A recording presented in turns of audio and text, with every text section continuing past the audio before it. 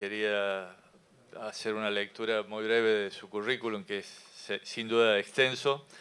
Alicia es académica de número de la Academia Argentina de Letras, donde ocupa el cargo de presidenta por segundo periodo consecutivo.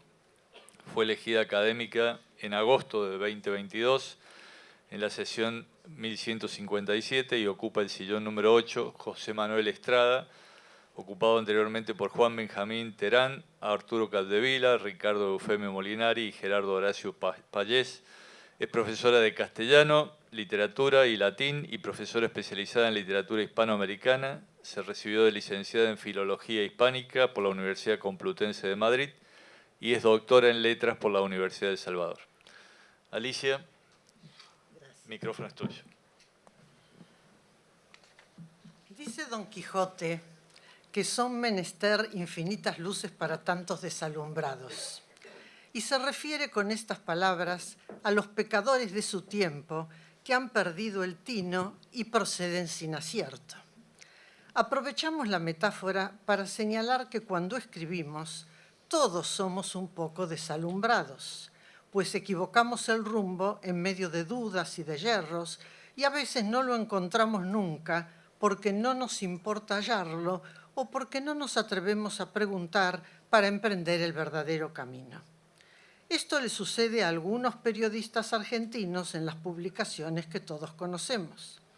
Lo escrito, escrito está, y así se publica, tal vez solo porque les suena de maravillas o porque para algunos, demasiado apegados a equivocadas costumbres del pasado, las mayúsculas son tan grandes que no necesitan tilde. Así lo demuestra la interna de Los Pulpitos, titular de un suplemento dominical. Otros confiscan 40 kilogramos de heroína oculatos en una obra de arte. ¿Qué dice el primer mensaje? ¿Qué debemos entender? Luego, la lectura del artículo aclara el titular engañoso. Se refiere a la interna de Los Púlpitos. Y el segundo, dañado por una errata, una vocal que se agregó, se convierte en 40 kilogramos de heroína ocultos en una obra de arte. ¿No se revisan ya esos pequeños, grandes detalles? Podemos sonar un instrumento para que se oiga la música con arte y armonía, pero no un texto. Es imposible trasladar la transitividad de ese verbo al texto y decir sonamos el texto por lo matamos, pues no hay significado que sostenga esa afirmación.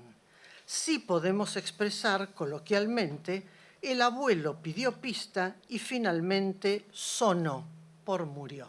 Eso está registrado, no es nada vulgar. Lo demuestra el siguiente escrito, que lamentablemente sonó en manos de un comunicador de la Internet que tuvo buenas intenciones, pero debe curarse de inmediato porque sufre dolores desde el título. El título dice, invasión de mosquitos, invasión con C y sin tilde. Empezamos mal. Y luego aclara, explicaron, no sabemos quiénes, que es una especie de mosquito que no transmite dengue, pero sí, sin tilde, encefalitis equina. Es una plaga que vino desde Brasil ayer y están en toda Latinoamérica. Solamente se morirían con temperaturas menores a 4 grados de frío. Un mosquito hembra pone 38 larvas cada 2 horas. El signo al final, se sorprende al final. Estamos en un problema terrible. Son resistentes a repelentes y pican con ropa puesta.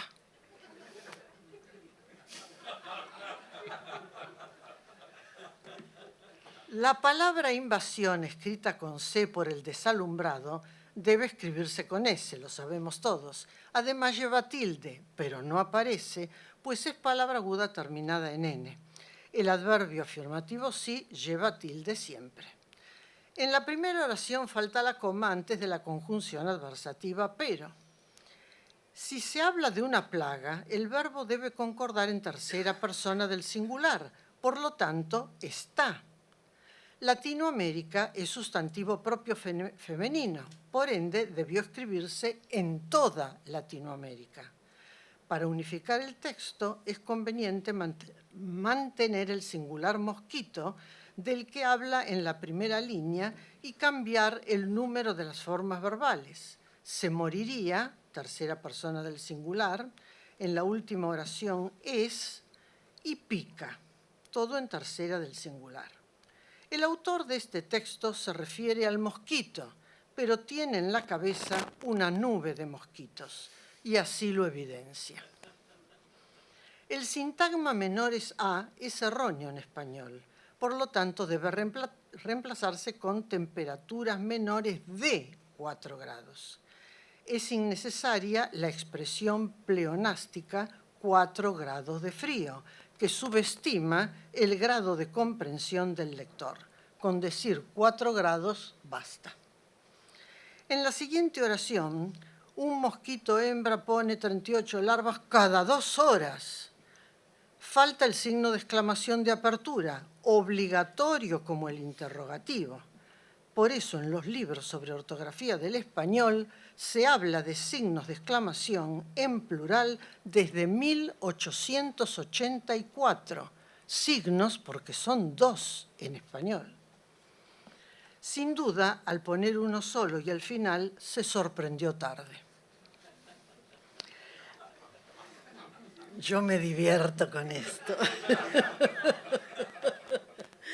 En la última oración debe suprimirse la coma después de la palabra terrible y sustituirla por 2 puntos. Estamos en un problema terrible. 2 puntos. Con más precisión debe escribirse estamos ante un problema terrible, no en. Además, presenta una rima entre palabras muy cercanas que debe evitarse en la prosa. Resistentes, repelentes. La corrección es esta, resiste cualquier repelente, más sencillo y sin rima. Para finalizar, son tan pudorosos esos mosquitos que pican con ropa puesta. Esto me llamó la atención. Como cuando corregimos nos referimos al mosquito, en singular, podría decirse que pica a través de la ropa. Si es así, debe de tener una superprobóscide o trompa o una habilidad extrema para cumplir con sus perversos objetivos. Sin duda, no faltará quien interprete que pica si llevamos vestimenta, pero si estamos sin esta, no. Entonces nos salvaremos de ellos. Oigo todo tipo de interpretaciones, aunque no lo crean.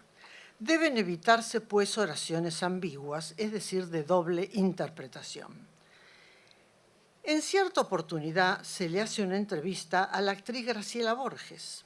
El periodista, admirado por su belleza, dice: el rostro de una de las mujeres más lindas del mundo, según tituló alguna vez la revista Vogue, ocupa las paredes del living en trazos de artistas como Juan Carlos Castañino, Lino Spilimbergo, El Greco, Renata Schusheim y Carlos Alonso, entre otros grandes que la han pintado. El periodista no advirtió que El Greco, con el artículo en minúscula, no con mayúscula, jamás conoció a Graciela Borges, ya que Doménicos Theotokopoulos nació en Candía, Creta, el 1 de octubre de 1541 y falleció en Toledo el 7 de abril de 1614. Un yerro conceptual gravísimo desde mi punto de vista. En muchas ocasiones, sigamos con otros ejemplos, en muchas ocasiones por economía verbal, el mensaje parece un telegrama. Vecinos denuncian pelotero inseguro. No se denuncia un pelotero. Sustantivo muy nuestro, cuyo significado no está registrado en el diccionario académico, pero sí en el diccionario de la lengua de la Argentina que publica nuestra academia. En realidad, se denuncia al dueño del pelotero. Tampoco hay taxis que atropellan a niños, ni camionetas que vuelcan por su voluntad para herir o matar a sus ocupantes, ni bancos que no verifican debidamente los datos de sus clientes, ni armas que se golpean y provocan un disparo. La personificación de elementos inanimados apabulla en la prensa escrita, exime de toda culpa a las personas, las oculta, sean choferes o empleados, y hasta se convierte en tema interesante para desarrollar futuros trabajos lingüísticos y psicológicos. Por ejemplo, un colectivo se prendió fuego y se quemó completamente.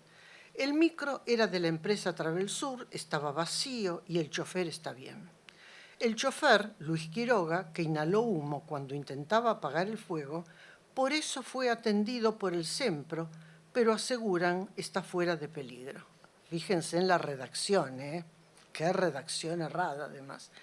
La locución verbal prender fuego denota hacer arder algo o a alguien. Por ejemplo, prende fuego al auto de su novia. ¿Le prendió fuego al asesino? En el texto que leímos, parece que el colectivo se incendiara a sí mismo. No pudo soportar la soledad de estar vacío y se suicidó. La última oración revela que los miembros del discurso están desconectados. El error se denomina anacoluto, palabra que proviene del griego e indica la inconsecuencia en la construcción del texto. Porque vieron que dice, por eso fue intentaba apagar el fuego, por eso fue atendido. No hay una conexión entre las dos partes de la oración. Parecen retazos de palabras separadas con comas, pobres comas. El esplendor de un texto, su solidez, reside en el valor de su contenido y en cómo se lo expresa mediante una sintaxis despojada de hojarasca y de datos imprecisos, características que no muestran casi siempre las noticias. Por ejemplo, con motivo de la boda del nieto de la duquesa de Alba, celebrada en el Palacio de Liria el 6 de octubre de 2018, un diario digital tomó la noticia de la revista Hola Argentina y expuso una foto con este epígrafe para identificar a los que aparecían allí. Eugenia de Montijo, esposa de Napoleón III. Las madres de los novios, Sofía Barroso y Matilde Solís, Fernando Fitz James Stewart, Sofía Palazuelo, la reina Sofía, los reyes de Bulgaria, el duque de Alba y la princesa Ana de Francia, duquesa viuda de Calabria. Por supuesto, la primera nombrada no estaba en la foto, porque ya había muerto en 1920. El desafortunado periodista se refería en realidad a Eugenia Martínez de Irujo, duquesa de Montoro, claro, pensó Montoro, Montijo, tal vez, e hija de la duquesa de Alba. El periodista cayó otra vez por la cuesta de los desaciertos para cumplir con su intención, comunicar que a la boda no había faltado nadie, ni siquiera la difunta esposa de Napoleón III. Los errores que encontramos demuestran que falta reflexión sobre lo que se escribe y que siempre hay algo más importante que el cuidado de las palabras, aunque nos valgamos de ellas para alcanzar ese algo. Dice el texto periodístico, el médico también aseveró que la evolución del paciente quizás merezca una nueva intervención, pese a que su estado es reservado. Otra vez la rima. Nos preguntamos, ¿le hará una nueva intervención a la evolución del paciente? ¿Se refiere al estado del paciente o al de su evolución? Además, el pretérito perfecto simple, antes llamado pretérito indefinido, aseveró, no se correlaciona con el presente de subjuntivo merezca, sino con el condicional simple merecería. El adverbio de dudas, quizá, ya nos lo indica. Queda así, corrijamos. El médico también aseveró que de acuerdo con la evolución del paciente, quizás realizaría una nueva intervención, pese a que el pronóstico de aquel, por el paciente, era reservado. El siguiente ejemplo constituye el sumum de la irreflexión. El que escribió la noticia, confuso por el hecho o demasiado apurado, se olvidó de las matemáticas y del título que le puso a su trabajo. Un conductor ebrio atropelló y mató con su auto a 10 personas, de las cuales 3 murieron. Según trascendió, 2 de las víctimas, 2 hombres y una mujer, perdieron la vida en el acto, mientras que una tercera pereció de la guardia del Hospital San Bernardo. Dijo 2 de las víctimas, 2 hombres y una mujer. Yo cuento 3. La escritura de algunos periodistas argentinos revela la falta de esfuerzo para aprender las reglas que rigen el uso correcto de nuestra lengua. Si se acierta, mejor. Si se cometen equivocaciones, la excusa es que tienen poco tiempo para redactar las noticias. Es cierto, pero si hubieran interiorizado las normas, las aplicarían automáticamente. Esto sucede con la manera que tienen de evitar el pronombre relativo cuyo con su femenino y sus plurales. Dice el texto, con error, Esteban de Luca, de quien se cumplen 200 años de su trágica desaparición en aguas del Río de la Plata. Por supuesto, debió escribirse de cuya trágica desaparición en aguas del Río de la Plata se cumplen 200 años. Y muchos diarios eliminan el cuyo y hacen esta construcción. Las reglas lingüísticas parecen inspirarles a los periodistas cierta desconfianza, y algunos se abstienen de ellas con una sonrisa o con la certeza de que seguirlas es anticuado y hasta coarta su escritura. Y dicen bien su escritura, ya que la redacción implica un grado más alto de conocimiento de aquellas. Por ejemplo, el que sigue. A la hora de detallar el accidente, el animal hizo caso omiso a su dueño y enloqueció a tal punto de embestirlo en la zona de su pantorrilla, lo que provocó que su cuerpo vuele por el aire totalmente indefenso. Acto seguido, el toro, fuera de sus cabales, esperó a que José caiga al suelo, en ese momento inconsciente por el impacto, entre rayas eso, y volvió a atacarlo de tal forma que le dañó la masa encefálica. Este párrafo de la noticia revela incoherencias. Comienza con un sintagma a la hora de detallar el accidente. Esto, ¿quién lo hace? El periodista. Pero parece que el toro lo fuera, pues enseguida dice el animal hizo caso omiso y destaca que lo hirió en su pantorrilla, lo que provocó que su cuerpo, 2 anglicismos que ya desbordan los textos, porque el que escribe cree que si no usa ese posesivo pleonástico, su, los lectores no entenderán que está hablando de la pantorrilla y del cuerpo del torero. Para completar los errores, le faltó decir su masa encefálica. No lo dijo, gracias a Dios. Después desorganiza la fiesta de formas verbales, lo que provocó que su cuerpo vuele en lugar de volara. Esperó a que su cuerpo caiga en lugar de cayera. El pretérito perfecto simple se correlaciona con el pretérito imperfecto de subjuntivo, no con el presente de subjuntivo. Pero este señor no lo sabía. Además, si el cuerpo del torero vuela por el aire, aclaración irrelevante, ¿cómo no iba a estar indefenso, desprotegido? ¿Quién podía volar con él para ampararlo? Además, le atribuye al toro estar fuera de sus cabales, o sea, estar fuera de juicio, facultad del ser humano que le permite distinguir el bien del mal, lo verdadero de lo falso. Enseguida, un sintagma que confunde. El torero cae al suelo y entre rayas una cláusula parentética que parece referirse a en ese momento inconsciente por el impacto.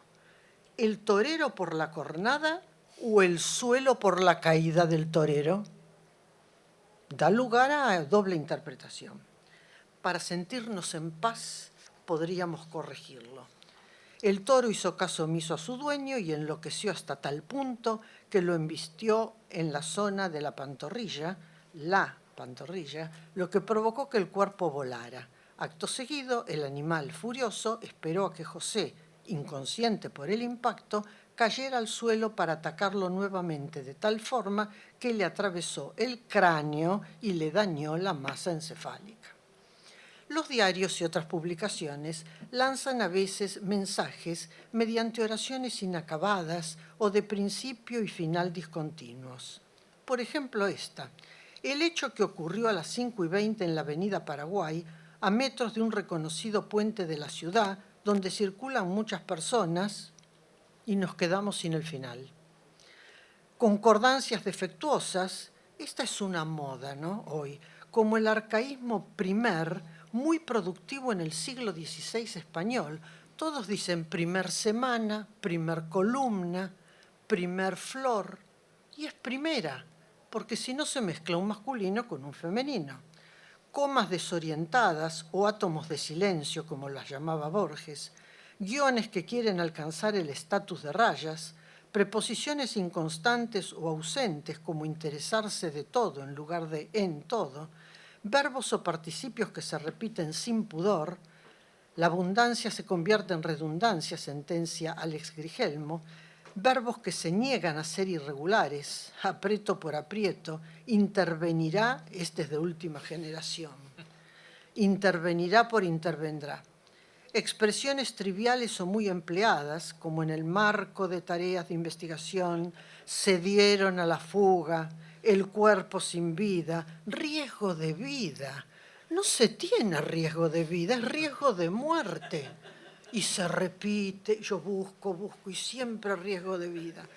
Rimas implacables, sobre todo en Sion, era el terror de Borges. Vocablos con significados erróneos, suplantar por reemplazar. Existe suplantar, pero es reemplazar con malas artes, hay que tener cuidado. O extranjerismos léxicos y sintácticos, al interior de, en lugar de en el interior de acuerdo a, en lugar de acuerdo con, en relación a, en lugar de en relación con, es por eso que, en lugar de por eso, o es por eso por lo que, resultar en lugar de resultar. No resultar en un fracaso, sino resultar un fracaso. Que ejercen admirablemente su papel de comodines para disimular la pobreza de vocabulario. El nombre de Séneca, dice otro ejemplo, es conocido como el de uno de los más conocidos filósofos de la antigüedad. Y luego repite, de nombre Lucius Annaeus Séneca, este pensador y máximo exponente de la corriente filosófica conocida como estoicismo, nació alrededor del año 4 a.C., por supuesto no separó A y C, son dos palabras, antes y Cristo, entonces A punto, espacio, C punto.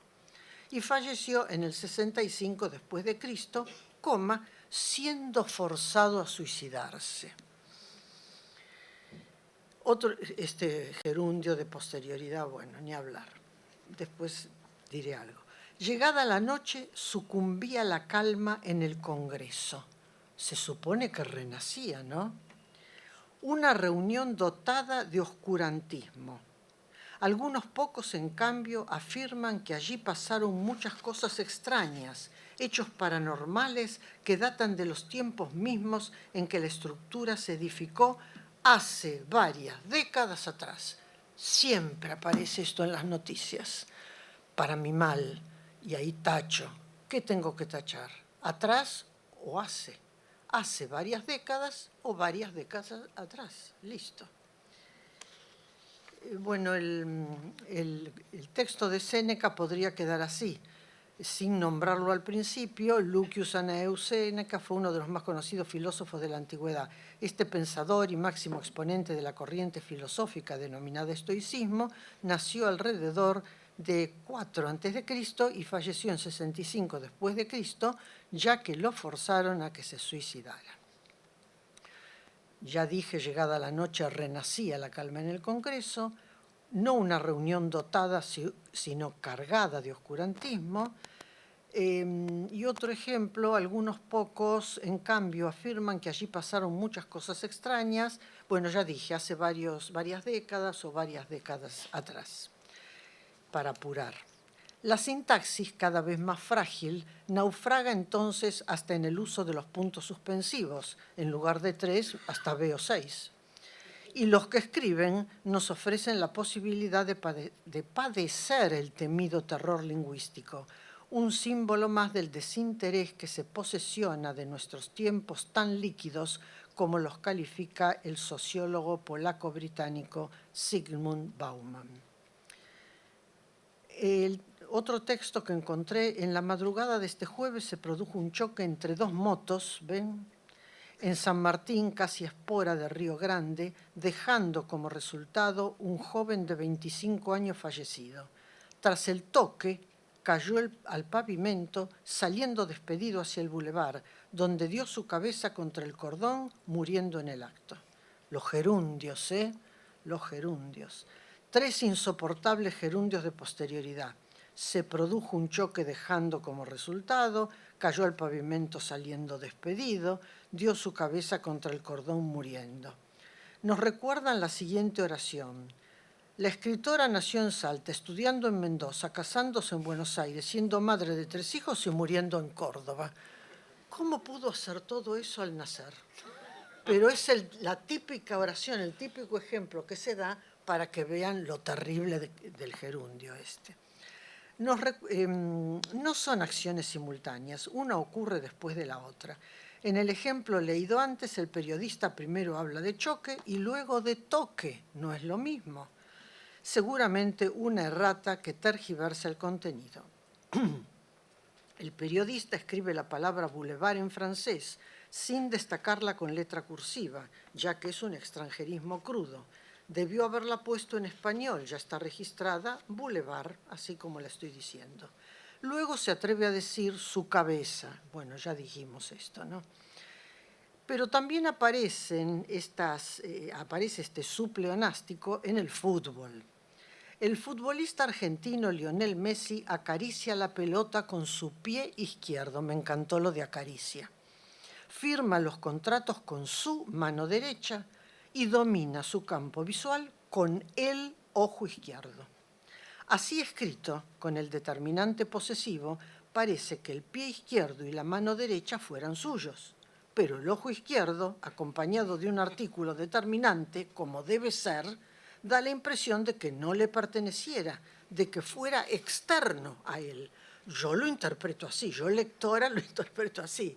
La corrección es la siguiente: el futbolista argentino Lionel Messi acaricia la pelota con el pie izquierdo, firma los contratos con la mano derecha y domina su campo visual con el ojo izquierdo.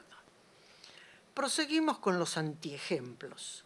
Una fractura en el dedo derecho del pie pequeño le impide hacerlo. Hablaban de un deportista. En el dedo derecho del pie pequeño. Aquí, por el apuro, las neuronas le desordenaron las palabras al periodista, quien nos comunica que alguien, un deportista tal vez, tiene un pie grande y uno pequeño. ¿Cuál será para él el dedo derecho? Yo no lo entiendo realmente. Sin duda se refirió al dedo pequeño del pie derecho, pero no lo dijo. Le agradecemos este instante de humor. Yo se lo agradecí porque me gusta reír. Sabrán ustedes que la cuarentena ha logrado sus estragos lingüísticos en nuestro país y en el exterior. Ahora vamos a España, al periodismo español. El Faro de Vigo publica lo siguiente: calcula el Instituto Nacional de Estadística que este año va a morir gente que no había muerto nunca. El Faro de Vigo. Pero aclara, todavía aclara, pero en mucha mayor cantidad. Y despliega este titular con gran ímpetu: el rural ourensano registra un mayor número de entierros que de muertes. Este periodista, nos comunica con intrepidez que la vida y la muerte van turnándose. Algunos que no habían muerto nunca morirán. ¿Y los que habían muerto alguna vez? El pretérito pluscuamperfecto de indicativo, había muerto, nos proyecta sin duda a otra dimensión refrendada por el categórico adverbio de negación nunca. Suponemos que este buen señor sabe que hay quienes viven y mueren, otros ya murieron, pero según sus elucubraciones, ¿vivirán otra vez en este mundo? Y agrega, pero en mucha mayor cantidad. Esta afirmación asegura que ya ha sucedido el hecho, pero en mucha menor cantidad. Después, como para enfatizar la noticia, dice inesperadamente que hay más entierros que muertes. Buen negocio para las empresas funerarias que sin descanso venden ataúdes sin muertos. Si de ataúdes se trata, no podemos dejar a un lado, ya que no tiene desperdicio, una publicidad que aparece en Mercado Libre. Esta vez no es de los periodistas, es de los publicitarios. Esta vez no es obra, ya dije, no es obra de un periodista. Dice, ataúd de hierba marina, ecológico, funerario, adulto, al por mayor, precio barato de fábrica de China para los muertos. Ni una coma, ni una coma, ni una sola coma, pongo yo acá. Habrán pensado, ¿para qué si ya no podrán ni leernos ni corregirnos? Ataúd funerario para los muertos. Qué patética juerga de pleonasmos.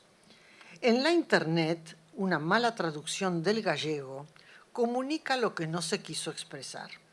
Dice el texto periodístico español. Además, en el municipio de Ourense, nosotros decimos Orense, están prohibidas las reuniones de personas sin vida. En cualquier espacio, interior y exterior. Y se mantienen en el barrio ourense de Ocouto restricciones al consumo dentro de bares y cafeterías. Difícilmente puedan reunirse los muertos debajo de la tierra o sobre esta, y menos aún consumir bebidas o cafés. Incluso, en este contexto, aclarar los espacios es inútil. El sintagma, persona sin vida, debió traducirse en realidad, lo tradujeron mal del gallego, personas no convivientes, es decir, cada una de las personas con quienes comúnmente no se vive. Como según el refrán, en sana salud no se piensa en el ataúd, prosigamos con otros ejemplos nada ejemplares que carecen de antídoto. Los adultos mayores que entran a respirador se mueren menos. Realmente no se entra a respirador, como si este fuera una cámara, sino que el paciente es conectado a un respirador artificial. Si se mueren menos, entendemos que los que no entran se mueren más, pero todos se mueren. La pandemia daba sorpresas que no se esperaban. Existen 2 estadios de muerte. La oración correcta es: mueren menos ancianos asistidos con respirador. Aunque el eufemismo da fe de la vitalidad de la lengua, de su capacidad para buscar alternativas expresivas, debería dejar de usarse el poco acertado y discriminatorio adultos mayores. Yo no estoy de acuerdo con ese sintagma. ¿Por qué no se usa entonces adultos menores? Que los hay. Muchos prefieren que les digan viejos, yo, ancianos o simplemente adultos, no abuelos, pues no todos tienen nietos ni la obligación de tenerlos. Pero los que gozan de sus nietos le piden hoy a la Real Academia Española que registre la palabra abuelidad, ya que se refiere a su cualidad de ser abuelos. Otro eufemismo ambiguo es residencias de larga estadía, ya que no se sabe si alude a los geriátricos o a los cementerios. Y sí, esta última palabra, que procede del latín cementerio, y a su vez deriva del griego, es también un eufemismo, pues denota dormitorio.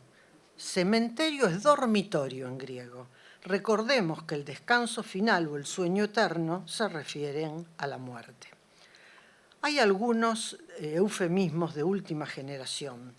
El que tiene conflictos con la ley, en lugar de decir delincuente, los barrios vulnerables, en lugar de villas miseria, camas críticas por camas de terapia intensiva, tapabocas decorados, tapabocas intervenidos en lugar de tapabocas decorados. Díganme cuando termino, ¿eh? ¿Los canso? ¿Qué van a decir? Claro. Otras personas sacuden su nublado cerebral con insensatas reflexiones vacuas. La pospandemia será con los que están con vida. ¿Y entonces con qué otras personas? Una verdad de perogrullo. El verbo ser no se ajusta al contexto. Sin duda ha querido referirse a los sobrevivientes de la COVID-19, pero si sobreviven ya se sabe que experimentarán qué es la pospandemia. Qué oportuno don Francisco de Quevedo y Villegas cuando dice que las palabras son como monedas, que una vale por muchas, como muchas no valen por una. Parece asentir Borges cuando afirma que cada palabra, aunque esté cargada de siglos, inicia una página en blanco y compromete el porvenir. Si quieren acorto, tengo más ejemplos, pero si quieren acorto, díganme, ¿acorto? Sí.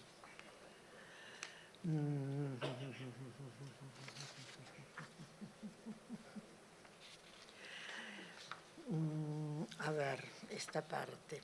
Nuestra lengua transita muchas veces las páginas de los diarios para comunicar mensajes diferentes de los que se quieren expresar.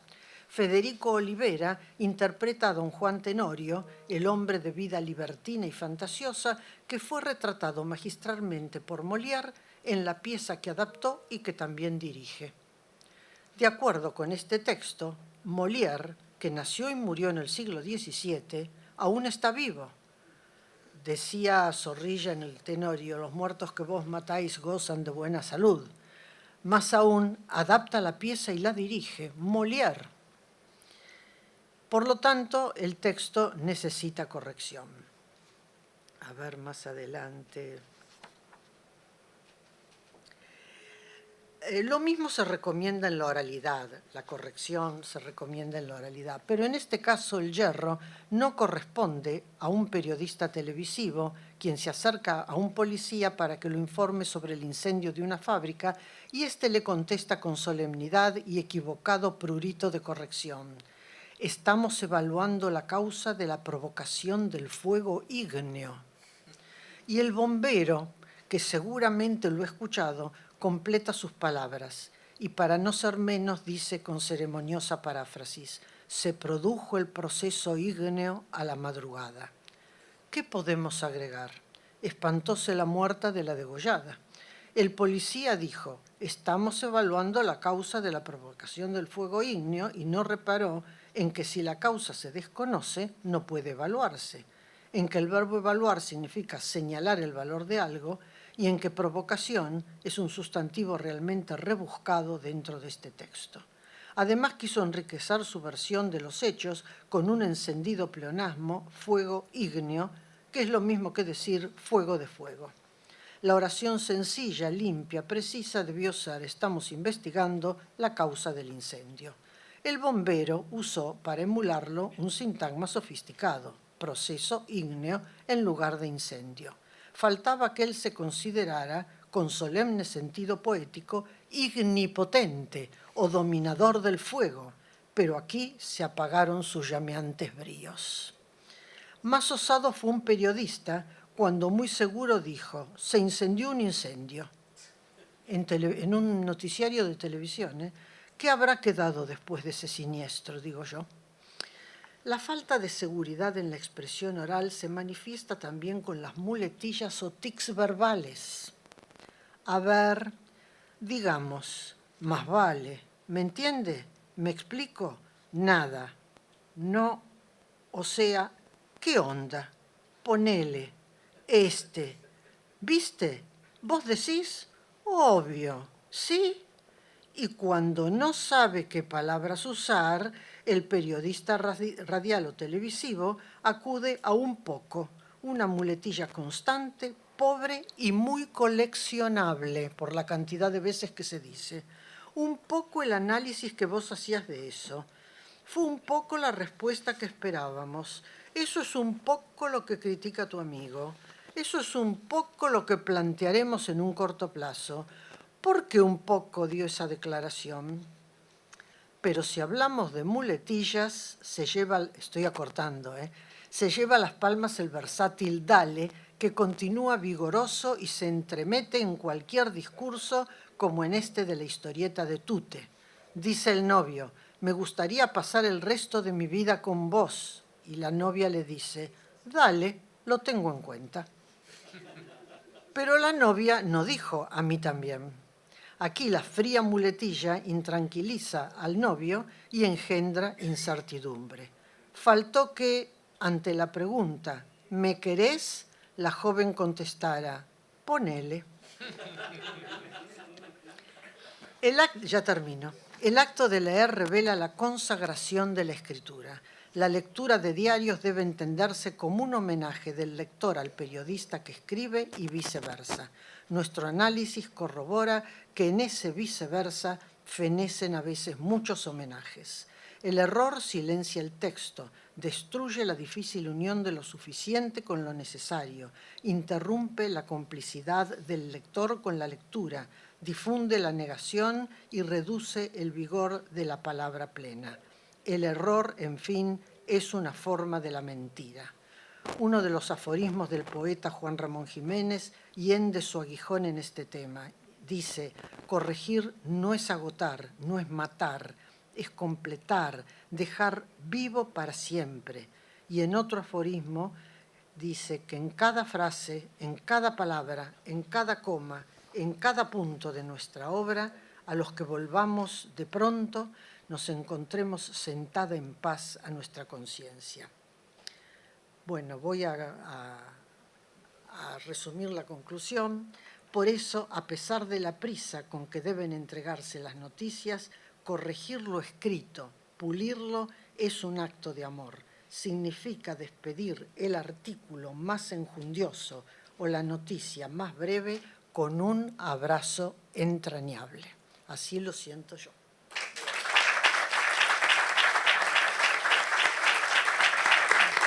Perdón, yo sé que la lengua es la madrastra de la Cenicienta. Es verdad, cuando me preguntan, ¿cuál es tu especialidad? Lengua española. Claro, porque es difícil, es austera, es a veces aburrida, para mí nunca, porque me apasiona, pero bueno. Disculpen si los aburrí. Realmente muy buena la disertación, pero además yo iba mirando las caras, iban mutando de la alegría a la desesperación. El tono humorístico que le dio Alicia a su charla nos ayudó a aceptar las críticas, pero también creo que en parte era una mezcla de nerviosismo y vergüenza también, ¿no? Yo iba notando algunas de las cosas que ella decía, de las causas por las cuales ella creía que se estaban cometiendo estos errores. Hablaba de falta de reflexión, en parte creer que eran un anacronismo ciertas normas, o aplicar ciertas normas del lenguaje. Habló claramente de problemas de formación de las nuevas generaciones de periodistas. Yo creo que hay mucho de eso, un reflejo de los problemas de la educación de los últimos años. Yo agregaría dos cuestiones o tres cuestiones que de algún modo los que vivimos dentro de los medios de comunicación lo vemos y lo sufrimos, ¿no? Por un lado, la influencia de la escritura en los móviles, el hecho de que los móviles no tienen la apertura de signos de interrogación y de signos de admiración ha ido eliminándonos del uso habitual, ¿no? Es decir, las nuevas generaciones directamente creen que no existe eso. Y también, claramente, el achicamiento de las estructuras periodísticas, el desmontaje de las áreas de corrección de los medios. Y un último factor que mencionaba recién al final de tu charla, que era la falta de tiempo, ¿no? Es decir, ante los medios teníamos 24 horas, un ciclo de 24 horas para elaborar, corregir, pulir y después publicar un texto. Hoy hay que estar con las noticias digitales permanentemente tratando de ganarle a la competencia. Y hay otro elemento que mencionabas recién con el tema de adultos mayores, Sí. que muchas veces el no encontrar en el lenguaje tradicional las palabras más justas para no herir susceptibilidades, ¿no? Mencionabas, bueno, que hay gente que no le molesta que le digan viejo o anciano, otros que se sienten realmente muy mal. Es decir, hay gente de 80 años que está plenamente activa y le molesta realmente que le digan jubilado, anciano. ¿Y por qué no adulto? Bueno, es que el adulto, el problema es que adulto, un Somos muchacho de muchos. 40 años es un adulto. Y bueno, todos somos adultos. Sí, sí, lo sé. Pero digo, en los diarios muchas veces antes se usaba sexagenario, septuagenario, que es peor todavía Peor. porque es una descalificación total. O una persona de 65 años se le dice jubilado, cuando bien dices, nadie se atrevería a decirle jubilada a Madonna, por ejemplo, Claro. o a Mick Jagger. Claro. Pero bueno, es un problema y quería justamente preguntar sobre el tema del lenguaje inclusivo. ¿En qué medida Ya hay sabía yo. expresiones que realmente puedan ser utilizadas No. y que no hieran las normas del lenguaje, ¿no? Es decir, Estarán ¿qué en giros, contra qué del giros se lenguaje pueden inclusivo? usar para ser inclusivos sin caer en la X, en la E, en la arroba? Es que no, en español, dos respuestas. Sí, sí, adelante. En español existe, desde que yo era así, me lo enseñaron en la escuela, el masculino genérico. Cuando yo digo los hombres del mundo son mortales, o el hombre es un ser mortal, ya se sabe que me refiero al hombre, a la mujer, al nene, a toda la diversidad sexual. Lo que pasa es que ven en la palabra hombre al varón, y esa es la segunda acepción del diccionario. La primera dice ser humano racional, coma, varón o mujer. Y la segunda acepción dice, sí, varón. Pero no entiendo el por qué muchas mujeres creen que si se dice el hombre o los hombres o los ciudadanos o los compañeros, pero si quieren hacer esa diferencia, usen los desdoblamientos léxicos, los compañeros y las compañeras. Para mí, perdónenme el adjetivo que voy a usar, es ridículo. Densifica la expresión. En la academia no lo usamos jamás.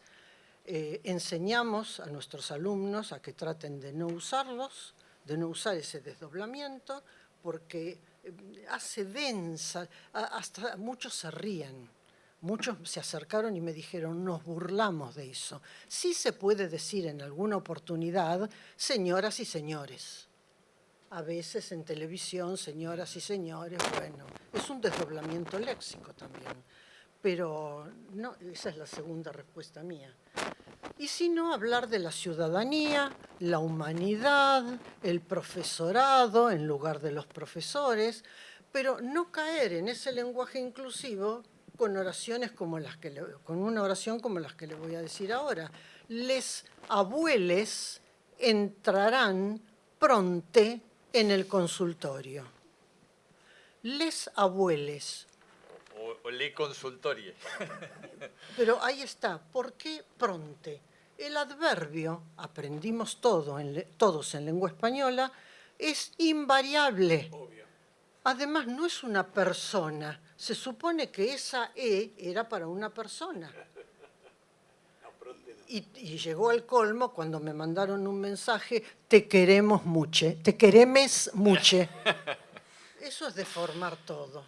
Entonces, hace poco me hicieron una entrevista en una radio de Santa Fe y yo dije, la libertad existe, cada uno habla como quiere, escribe como quiere, corre por su cuenta, pero por favor que no se altere la lengua en el nivel primario, secundario y, ¿por qué no, en la universidad?